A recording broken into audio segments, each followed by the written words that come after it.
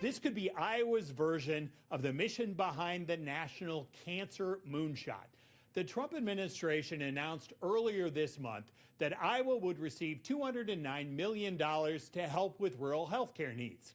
Governor Kim Reynolds announced during the Condition of the State address that she wants to commit $50 million of that money, about a quarter, toward cancer-fighting efforts.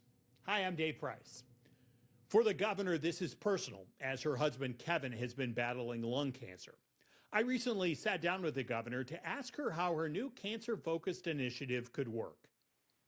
Can you explain how, kind of what's your vision for this, like maybe especially the hub and spoke sort of concept?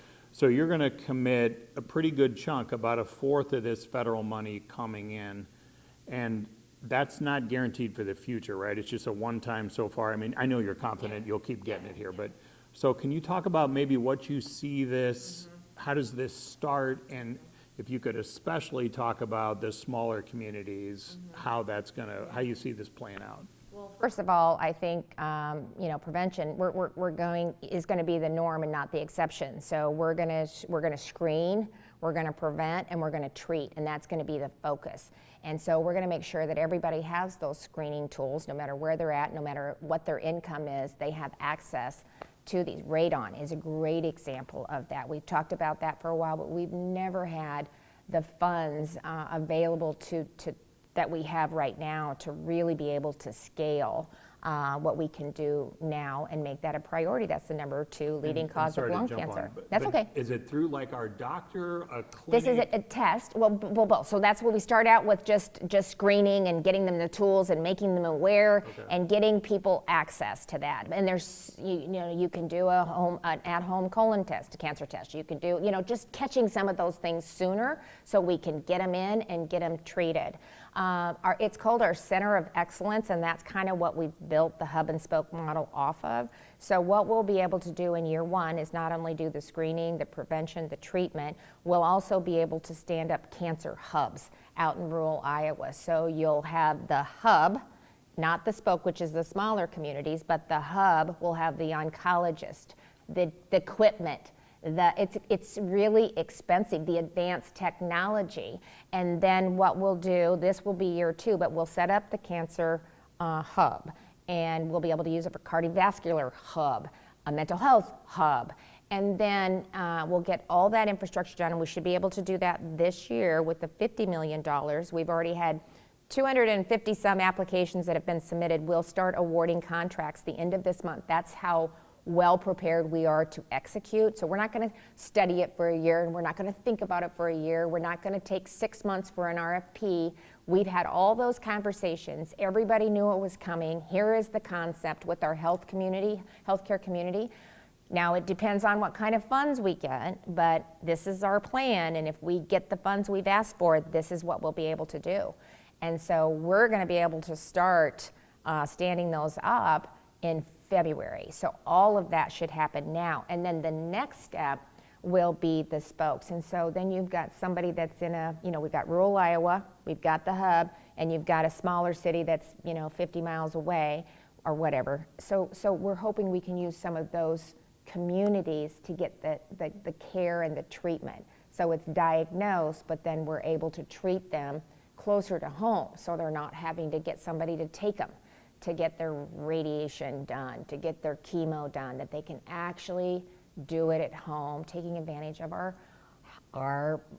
rural hospitals that are already in place, just setting up some of that. And then care teams and kind of the behavioral health model kind of helped get that started, where you can actually take a family and go kind of a one-stop shop, see your primary care, dietitian. I kind of gave that example in the Condition of the State.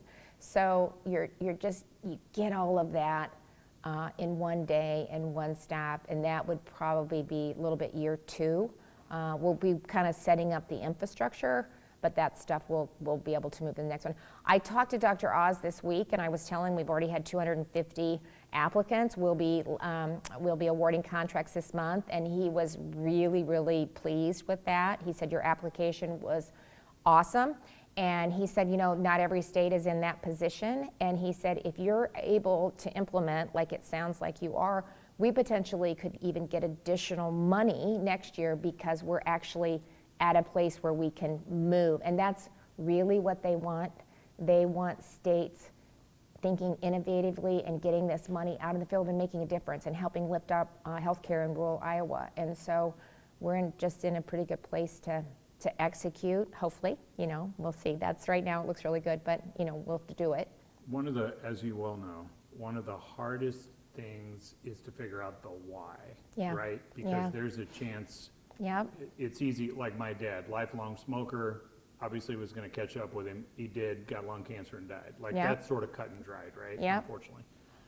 But for so many people, and I don't want to get too much into well, like Kevin, he did not a smoker. For sure. So he, by all accounts, has sort of done things the right way, and he, he's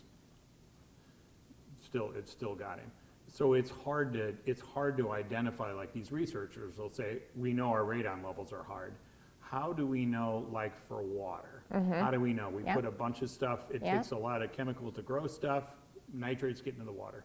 Like, how do we make sure what we're doing is enough? And are we doing enough to make sure the water is as clean as it can Well, be? I think that's why I put the $1 million into the partnership with Health and Human Services and the University of Iowa Public Health. So here shortly, they're going to release the first phase of that because they were required to make a report to the legislature, I think, the first of the year. Because of the funding, it started 6 months later. I don't think we actually thought that all through before we set that up, but at least it'll be a preliminary of what they found, and then they have another 6 months that they'll kind of take it to the next level and report on that. And I think I'm actually meeting with them today to have them walk through the preliminary.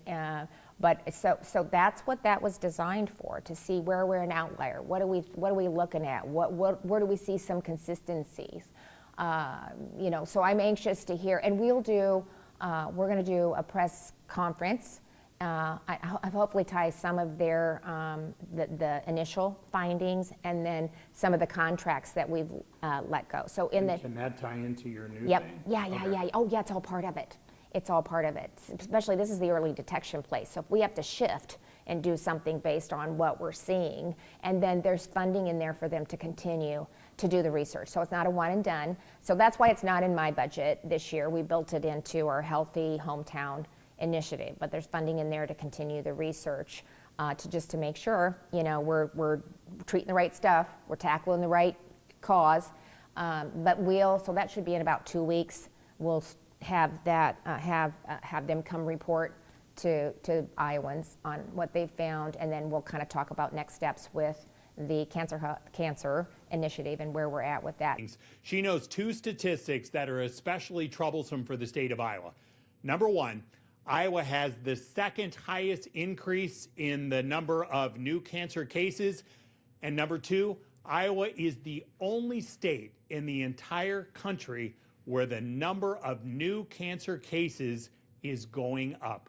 A huge challenge for this state to try to figure out. That is Inside Iowa Politics for this week.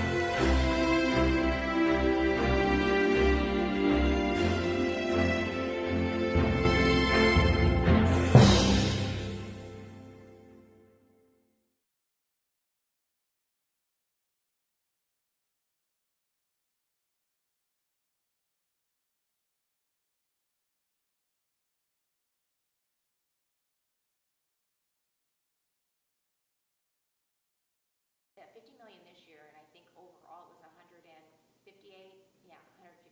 million. That's just for cancer. So